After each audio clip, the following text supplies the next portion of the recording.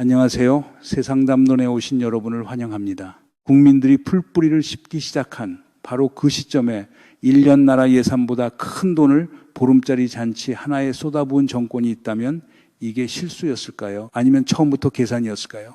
1989년 평양에서 실제로 벌어진 일입니다. 그런데 이 얘기로 들어가기 전에 많은 분들이 잘못 알고 계신 것부터 하나 바로잡고 가야 해요. 북한이 원래부터 가난한 나라였다고 생각하시죠? 완전히 반대였습니다. 1960년 북한의 1인당 소득은 137달러, 남한은 94달러였어요. 북한이 1.5배 더 잘 살았습니다. 전기 생산량은 5배, 철광석은 10배, 화학비료는 무려 20배였어요. 숫자만 보면 게임이 안 되는 수준이었고 그 시절 한반도에서 가난한 쪽은 분명히 남쪽이었습니다. 많은 사람들이 진심으로 북한이 먼저 잘 살게 될 거라고 믿었어요. 그럼 두 가지 질문이 남죠. 한참 앞서 있던 나라가 어떻게 수십 배 차이로 뒤집혔을까요? 그리고 그건 운이 나빴던 걸까요? 아니면 스스로 무덤을 판 걸까요? 결론부터 말씀드릴게요. 북한은 지난 60년 동안 딱 4번 인민을 살리는 길과 체제를 지키는 길이 갈라지는 지점에 섰습니다. 그리고 4번 모두 같은 쪽을 골랐어요. 오늘 그 4번의 갈림길을 표면부터 동기, 그리고 지금 우리에게 닥친 결과까지 한 층씩 내려가 보겠습니다. 먼저 분명히 해둘게요. 이건 단순한 북한 가난 이야기가 아닙니다. 한 정권이 60년 동안 4번 똑같은 갈림길에서 똑같은 쪽을 고른 선택의 구조에 관한 이야기예요. 뉴스는 북한이 가난하다는 결과만 보여주잖아요. 근데 그 가난이 언제 어떤 결정에서 만들어졌는지 짚어주는 보도 보신 적 있으세요? 거의 없습니다. 결과만 보면 북한은 그냥 실패한 나라처럼 보이지만 결정의 순간들을 따라가 보면 전혀 다른 그림이 나와요. 오늘 갈 길은 이렇습니다. 출발선의 진실, 4번의 갈림길, 그 4번을 관통하는 단 하나의 원칙, 그리고 2016년에 한국이 이걸 왜 알아야 하는지까지요. 출발선 얘기부터 해야 합니다. 북한이 앞서 있었던 건 우연이 아니었거든요.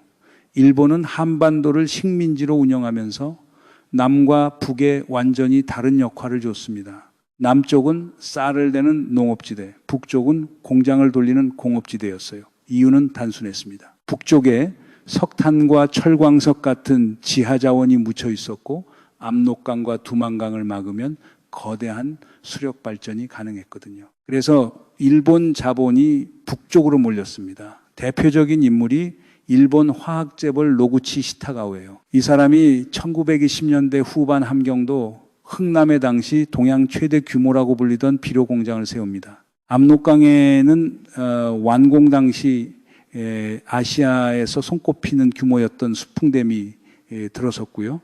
한마디로 일본은 한반도 북쪽을 하나의 거대한 공장 단지로 만들어 놓은 겁니다. 1945년 해방의 순간 이 구도가 그대로 드러납니다. 발전 설비도 비료 공장도 제철소도 거의 다 38선 위에 있었어요. 잠깐 이게 무슨 뜻인지 생각해 보세요.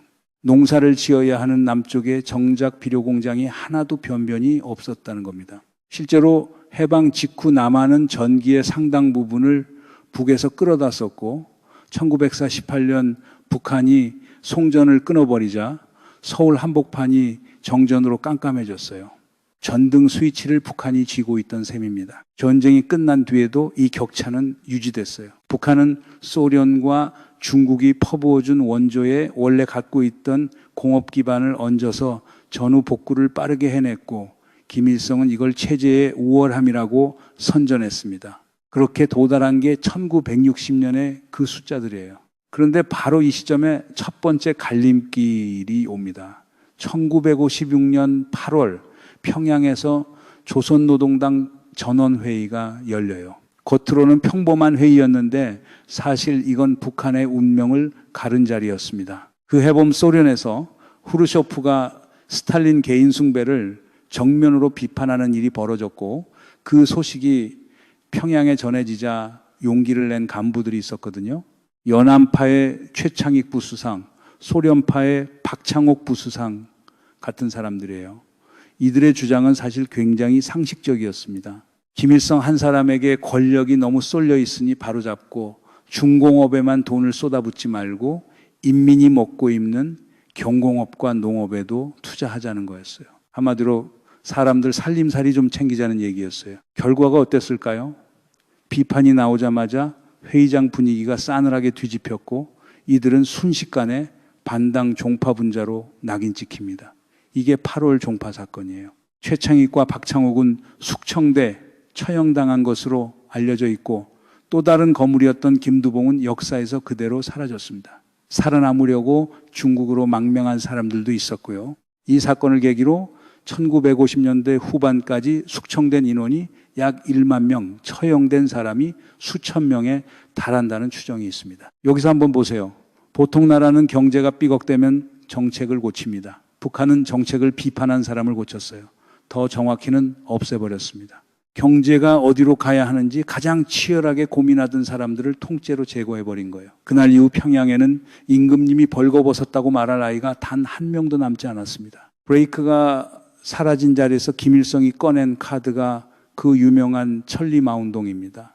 하루에 1000리를 달린다는 전설 속 말처럼 달리자는 거였죠. 자본도 부족하고 기술도 부족하니 그 빈자리를 인민의 노동력으로 채우자는 발상이었어요.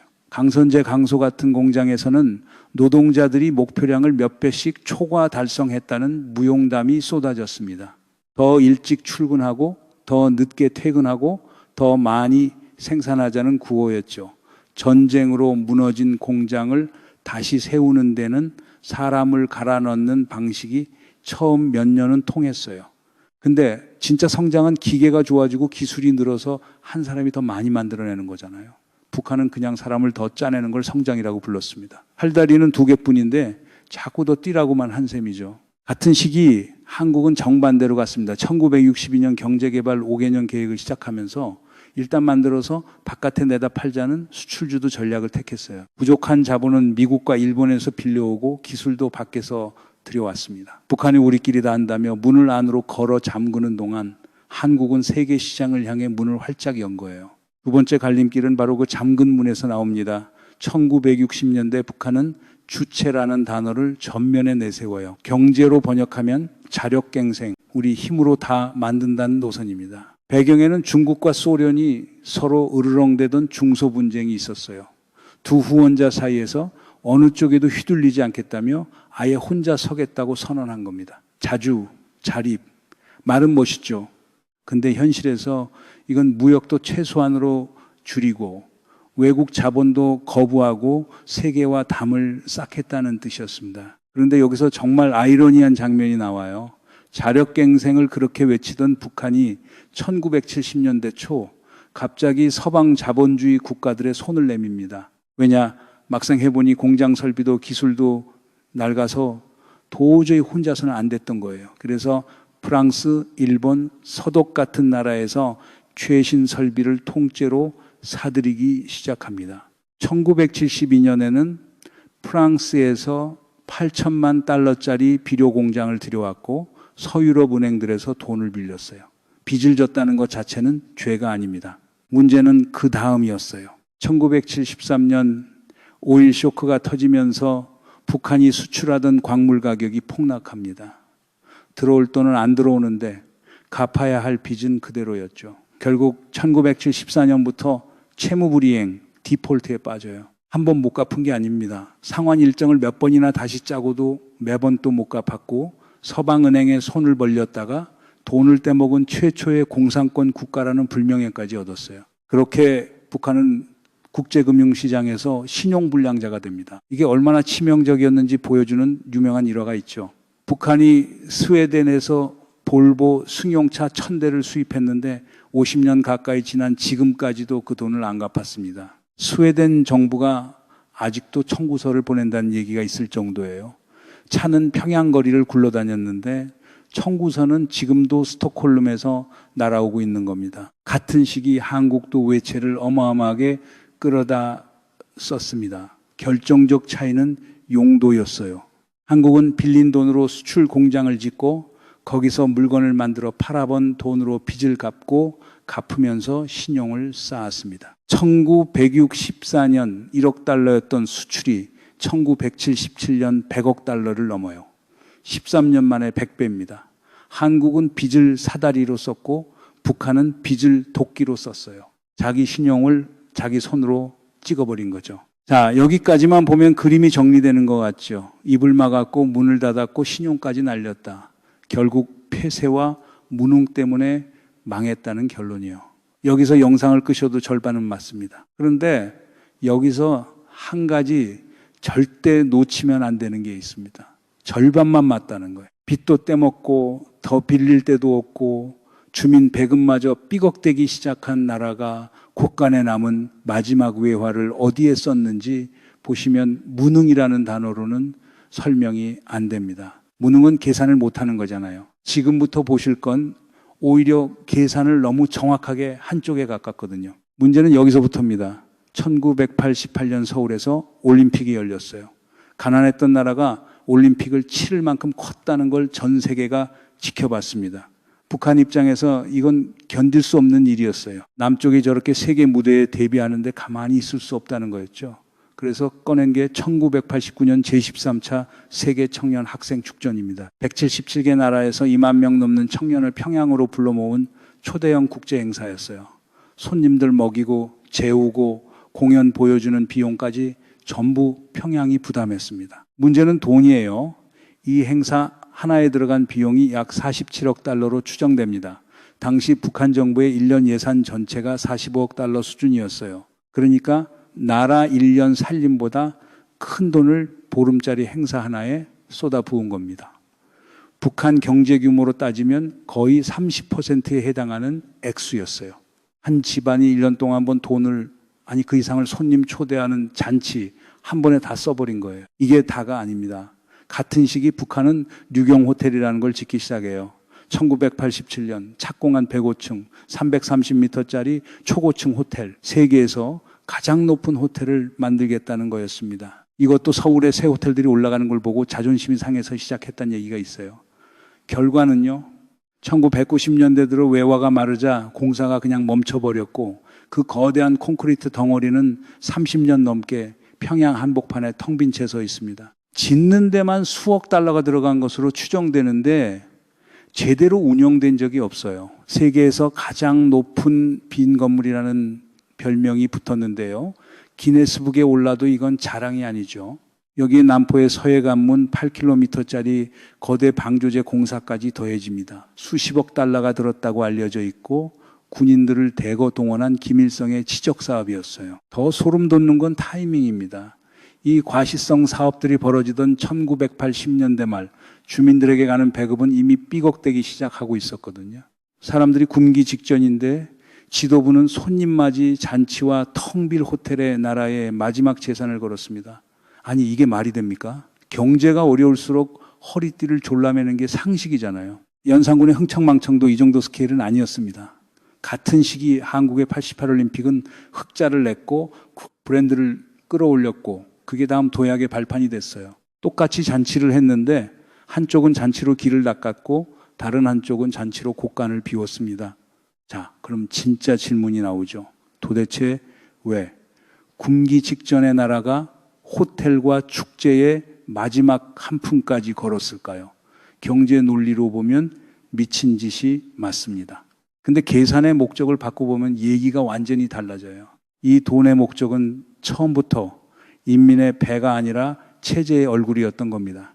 남쪽이 올림픽으로 세계 인정을 받는 순간 북쪽 주민들이 그 격차를 실감하게 두는 것. 체제 입장에서는 그게 굶주림보다 훨씬 무서운 시나리오였던 거예요. 그렇게 보면 47억 달러는 낭비가 아니라 체제 생존이라는 목적 함수에 따른 한치의 오차도 없는 지출이었습니다.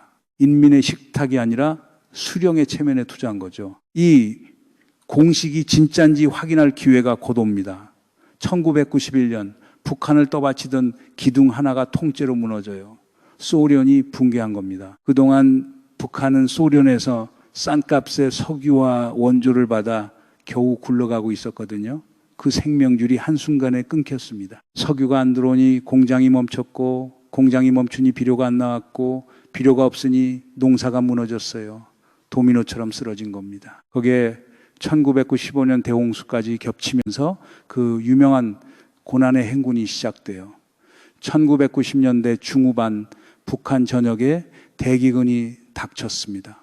얼마나 죽었을까요? 정확한 숫자는 아무도 모릅니다. 북한이 공개를 안 하니까요. 학계 추정은 대략 50만에서 100만 명, 많게 보는 쪽은 수백만 명까지 봅니다. 전쟁도 아닌 평화 시기에 인구의 몇 퍼센트가 식량이 없어서 사라진 거예요. 거리에는 부모 잃은 꽃제비 아이들이 넘쳐났고 사람들은 풀뿌리와 나무 껍질로 끼니를 때웠습니다. 그런데 이 지옥에서 주민들이 살아남은 방식이 정말 중요합니다. 국가가 더는 먹여 살리지 못하니까 사람들이 몰래 물건을 사고 팔며 스스로 살기를 찾기 시작한 거예요. 그렇게 장마당이라는 시장이 밑바닥에서 자생적으로 생겨났습니다. 사실상 이 시장이 죽어가던 북한 경제를 다시 살려낸 거예요. 정상적인 나라라면 어떻게 하겠어요? 사람들을 살려낸 시장을 키워주겠죠. 북한은 정반대로 갑니다. 네 번째 갈림길이에요. 2009년 11월 30일 북한은 기습적으로 화폐 개혁을 단행합니다. 옛 돈 100원을 새 돈 1원으로 바꿔주는데 한 집이 바꿀 수 있는 금액의 상한선을 딱 걸어버렸어요. 이게 무슨 뜻이냐면 장사로 평생 모은 현금이 하루아침에 휴지 조각이 됐다는 겁니다. 시장에서 힘을 키운 상인 계층을 다시 짓눌러서 통제력을 되찾으려는 의도였어요. 결과는 대혼란이었습니다. 물가가 폭등하고 경제가 마비됐죠. 민심이 폭발하자 지도부는 어떻게 했을까요? 화폐개혁을 설계한 박남기 노동당 계획재정부장을 끌어내 2010년 민족반역죄로 총살해버립니다. 읍참마속이라는 말이 있죠. 근데 마속은 명령을 어겼다가 목이 날아갔습니다. 박남기는 시킨 대로 했다가 날아갔어요. 이 정도면 자충수가 아니라 판을 자기 손으로 깨버린 겁니다. 자, 이제 네 번의 갈림길을 다 봤습니다. 한 줄씩 세워볼게요. 경제 노선을 바로잡자던 사람들을 처형한 8월 종파 사건, 세계와 담을 쌓고 신용까지 태워버린 자력갱생, 굶주림 앞에서 곡간을 잔치에 턴 과시성 사업, 그리고 인민을 살려낸 시장을 짓밟은 화폐개혁, 이 네 개의 공통점이 보이시나요? 전부 다 단 하나를 위한 선택이었습니다. 인민이 사느냐, 체제가 사느냐, 그 갈림길에서 북한은 60년 동안 단 한 번도 인민을 고르지 않았어요. 여러분이 북한은 왜 저렇게까지 하나 뭔가 이상하다고 느끼셨던 그 감각, 그게 정확했던 겁니다. 저건 비합리가 아니에요. 목적 함수가 다른 합리입니다. 우리는 나라가 국민을 먹이기 위해 존재한다고 존재하지만 저 체제는 국민이 체제를 떠받치기 위해 존재한다고 존재하거든요. 그 전제 위에서는 모든 미친 선택이 정확한 선택이 됩니다. 그래서 밤에 위성사진 얘기를 안 할 수가 없어요. 한반도를 찍으면 남쪽은 불야성인데 북쪽은 까맣게 사라지죠. 그 어둠의 진짜 이름은 가난이 아닙니다. 인민보다 체제를 앞세운 60년치 선택의 그림자예요. 그 선택의 누적이 만든 오늘의 숫자를 보겠습니다. 한국은행 추정으로 2024년 북한의 1인당 국민소득은 우리 돈 약 170만 원, 한국은 약 5천만 원입니다. 1인당으로 30배, 경제 규모 전체로는 60배 가까이 벌어졌어요. 170만 원이면 한 달에 10몇만 원 수준입니다. 한국 사람이 하루 이틀에 쓰는 돈으로 북한 주민은 한 달을 버틴다는 얘기예요. 1960년에 1.5배를 떠올려 보면 이건 그냥 추락이 아니라 완전한 뒤집힘입니다. 한 세대가 조금 넘는 시간에 앞서가던 나라와 뒤따르던 나라의 자리가 통째로 바뀐 거예요. 흥미로운 건 최근 북한 경제가 2024년 3% 넘게 성장했다는 추정도 나온다는 겁니다. 근데 이걸 회복이라고 부르기는 어려워요. 그 성장의 상당 부분이 러시아의 무기와 인력을 대준 대가거든요. 우크라이나 전쟁에 자국 군인 1만 명가량을 보낸 것으로 알려져 있고 그 대가로 식량과 연료 군사 기술을 받아옵니다. 60년 전 소련에 기대던 나라가 60년 뒤 다시 러시아에 매달리고 있는 거예요. 혼자 서겠다던 자주의 끝이 결국 더 깊은 의존이었던 겁니다. 그리고 이 지점부터는 역사 이야기가 아니라 지금 우리 안보 이야기가 됩니다. 뉴스는 북한 미사일 발사 횟수만 세잖아요. 근데 저 정권이 무엇을 지키려고 쏘는지 그 결정 구조를 짚어주는 보도는 거의 없습니다. 그걸 모르면 다음 행동도 못 읽어요.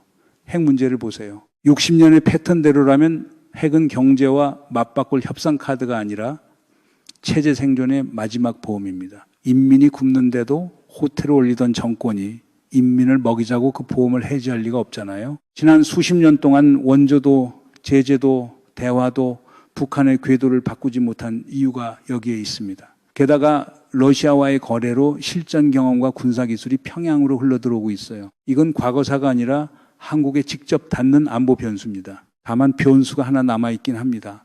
장마당이에요. 고난의 행군 때 국가 대신 자기 힘으로 살아남은 세대, 배급이 아니라 시장에서 자란 세대가 지금 북한 사회의 허리가 됐거든요. 화폐개혁으로 짓밟아도 장마당은 결국 죽지 않았습니다. 체제가 60년 동안 단 한 번도 완전히 꺾지 못한 유일한 상대가 외부의 강대국이 아니라 자기 인민의 생존 본능이었다는 거예요. 다시 1960년으로 돌아가 보겠습니다. 그때 북한은 전기를 한국보다 5배 만들고 비료를 20배 뽑아내던 나라였어요. 누가 봐도 앞서 있었습니다. 만약 그 시절 북한이 입을 막는 대신 귀를 열었다면, 문을 닫는 대신 세계로 나갔다면, 호텔 대신 사람을 세웠다면 한반도의 지도는 지금과 많이 달랐을지도 모릅니다. 하지만 북한은 매번 정반대를 골랐고 그 선택이 차곡차곡 쌓여 가장 앞서 있던 나라를 가장 뒤처진 나라로 만들었어요. 같은 민족이 같은 출발선에서 시작했는데 한쪽은 불야성이 됐고 다른 한쪽은 밤이 되면 지도에서 사라집니다. 마지막으로 질문 하나만 남기겠습니다. 4번의 갈림길에서 4번 다 체제를 골랐던 정권 앞에 지금 5번째 갈림길이 다가오고 있어요. 러시아의 전쟁은 영원하지 않고 장마당에서 자란 세대는 배급 세대와 다릅니다. 지금까지의 패턴은 분명해요. 바깥에서 들어오던 돈줄이 마를 때마다 이 정권은 안을 더 세게 조이는 쪽으로 움직였습니다. 그렇다면 5번째 선택의 순간이 왔을 때 이번에도 답은 인민이 아닐까요? 아니면 처음으로 다른 답이 나올까요? 저는 이 질문이 앞으로 몇 년 동안 한반도에서 가장 중요한 질문 중 하나라고 봅니다. 오늘 이야기가 쓸만했다면 좋아요 한번 눌러주시고요. 이런 구조 분석 놓치고 싶지 않으시면 구독도 부탁드릴게요. 다음 영상에서 뵙겠습니다.